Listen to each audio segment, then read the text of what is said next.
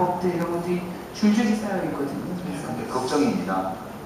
국회에서 현재 진보개혁 진영이 압도적 과반수를 가진다고 해도 한나라당이 틀림없이 몸으로 저지를 할 거기 때문에 또 지난번처럼 국회의장께서 나는 직권상정 죽어도 못한다 이렇게 해서 국가보안법도 못하고 이런 상황이 되면 굉장히 곤란하거든요. 그렇죠. 그때는 지돌려.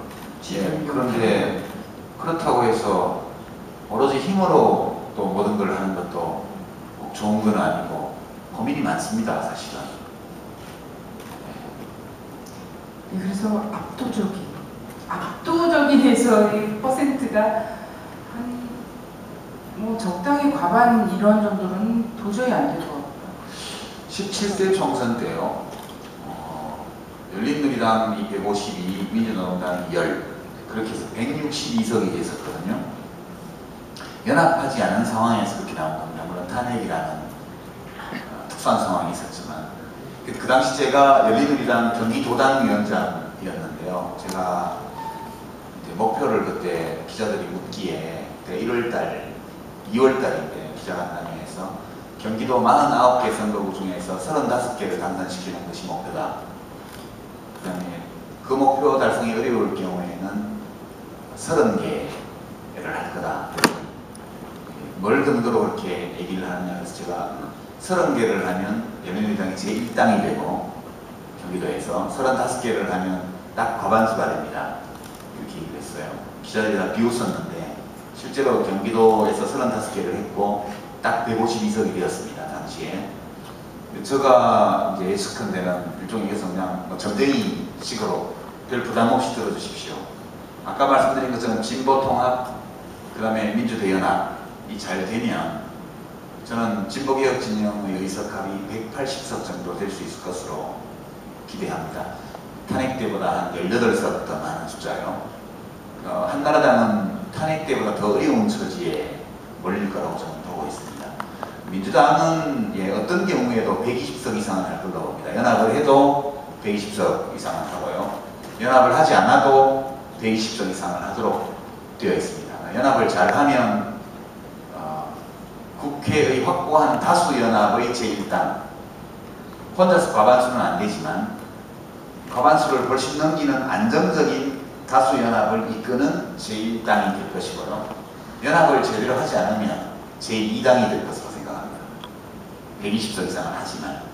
왜냐하면 그 상황에서는 진보정당들이 자기의 몫을 맡아주지 않고는 한나라당을 이기지 못합니다. 이제 이 점을 연합해도 120석 이상 플러스 알파, 연합 안 해도 120 플러스 알파, 연합하는 쪽이 향후에 국회를 운영하고 민주당이 원하는 입법을 하고 정권 교체를 해서 민주당이 원하는 국가 운영을 하는데 훨씬 더 좋은 방법이라는 것을 제가 거듭거듭 공개적으로 말씀드리고 사석에서도 말씀드립니다만, 근데 민주당은 오로지 연합함으로써 얻을 것만 있지 잃을 것은 없습니다. 그런데도 제가 무슨 말씀을 드리면 그 속에 무슨 암수가 숨어있지 않나 이렇게 좀 의심하시는 것 같기도 하고, 근데 그런 거 아니고요. 진짜로 저는 그런 정도로 전망을 합니다. 그래서 아까 진보통합이 얼마나 중요하냐. 진보당들은 현재의 지지율은 높지 않지만 이 진보당들의 선택이 한국 야권 전체에 굉장히 큰 변화를 몰고 오고, 야권 전체에 몰고 온 변화가 근본적으로 한국 정치 지형을 바꾸고 2012년 총선과 대선 전망을 바꾼다는 의미에서 현재 몇 퍼센트의 국민 지지를 갖고 있느냐와 별개로 민주노동당이나 국민참여당 지금 당대회 전당원 투표 앞두고 있는데, 이 선택이 너무너무 중요한 선택이다.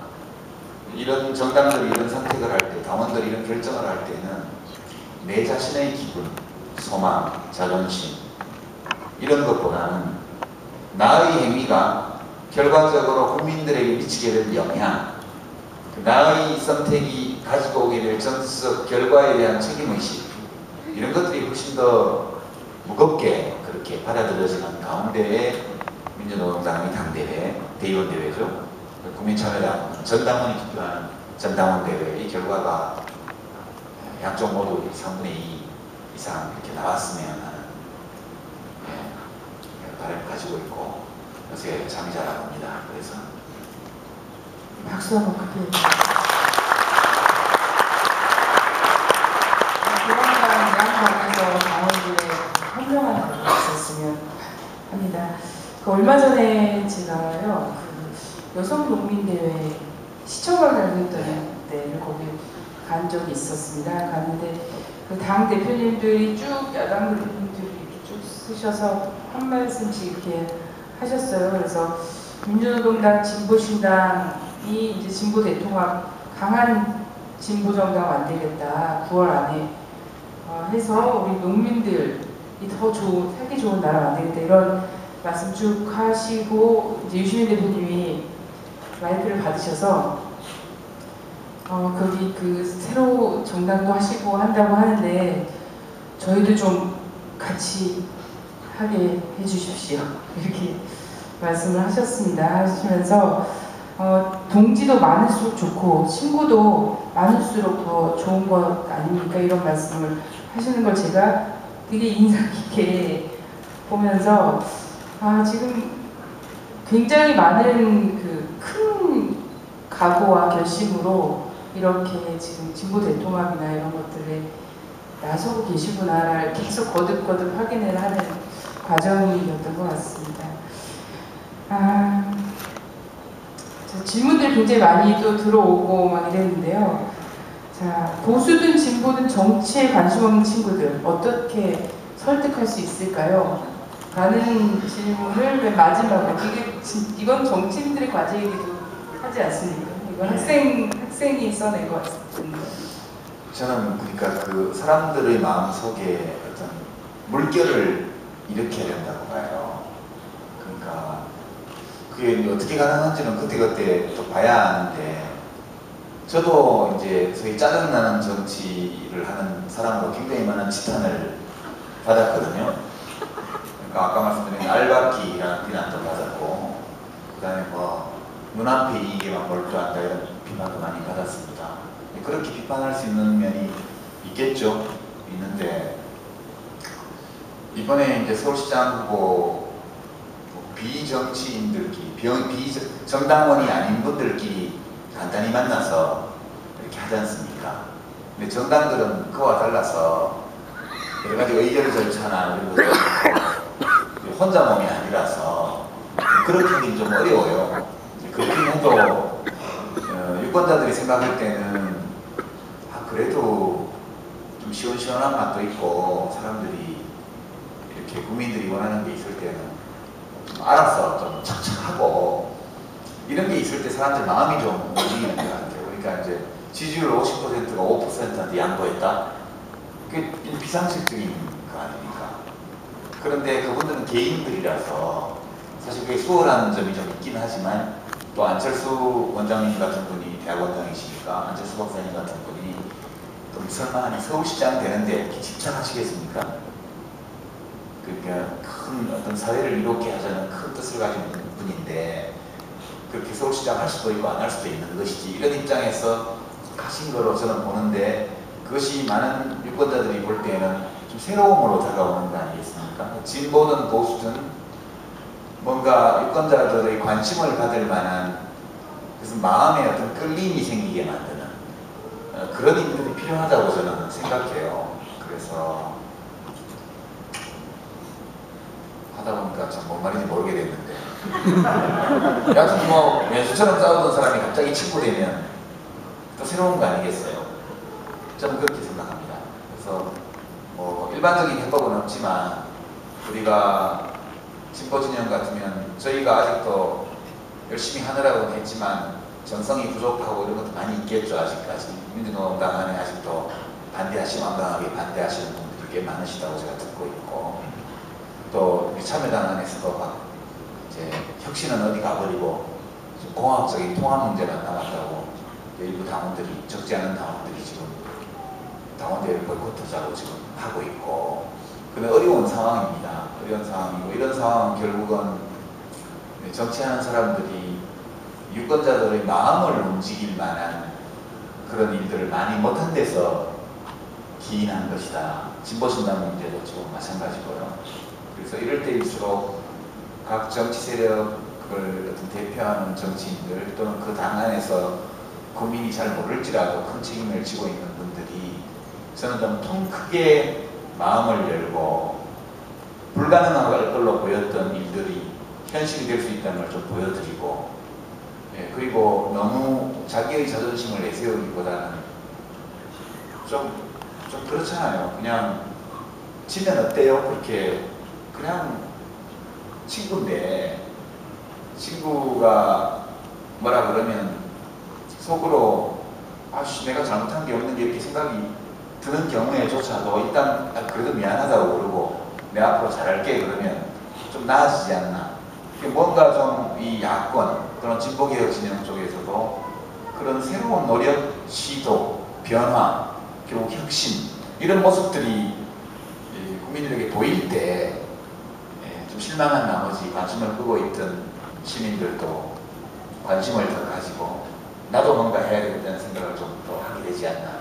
일일이 무슨 논리로 설득하기보다는 그것도 가능하겠지만 정치인들의 행동으로 어떤 새로움을 열어나가는 그런 모습들을 보여주는 것이 이 시기에 할 수 있는 일이다 이렇게 생각해요.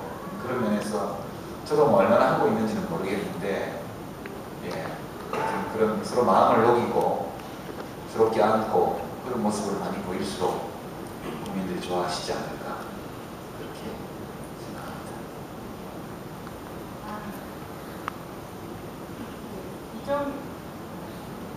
생각합니다. 네. 네. 그 이정희 대표님하고 대담집이요. 미래의 진보. 예, 거기서 읽었던 구절 중에 저는 이 구절이 참 마음에 와닿았습니다. 아까 그 여성 농민 대회 때 그 말도 굉장히 제가 딱 서서 그 얘기를 딱 들었었거든요. 근데 이런 부분이었어요. 그 과거 정치, 특히나 이제 참여정부 시대에 뭐 이런 것들 두고 공과에 대한 얘기들이 또 많이 있고 그때 당시에 뭐 평가들이 되게 많이 분분한데요. 그때 당시 국가가 해야 할 일을 안 했다는 것은 당시 정부를 구성하고 있던 사람들의 책임이다. 제가 책임이 있습니다. 미안한데 미안하다고 말만 해서는 안 될 것 같고 악착같이 갚아야지 그런 결심하고 있습니다. 이런 구절이 있었습니다. 그래서 그 구절이 저는 좀 인상 깊어서 이렇게 줄을 치고 읽었었는데요. 악착같이 좀 약간 미안한 마음도 성찰이 되는 부분, 다들 뭐 저희들도 다 그렇습니다. 그래서 운동을 하다가도 그렇고 우리 학생들이 또 친구와의 관계에서도 그렇고 해서 돌아보면 또 반성할 부분이라든가 아니면 내가 이때 이렇게 더 잘했으면 좋았을 부분에 대해서 그냥 이렇게 짚고 넘어가는 게 아니라 악착같이 갚아야지라고 생각하는 거에 사실 평범과 비범의 차이가 다 거기서 나타날 수 있을 것 같거든요. 그래서 악착같이 갚겠다는 분에게 그리고 뭐 이런 하여튼 국민들의 이해와 요구를 바탕으로 해서 어떤 2012년대 포부 이런 것들을 지금 국민들과 소통하고자 하는 분에게 무한대의 시간과 기회 이런 것들을 좀 줄 수 있는 우리가 좀 줄 수 있었으면 좋겠다 이런 생각이 드네요. 네, 그래서 큰 박수 한번 부탁드리고요.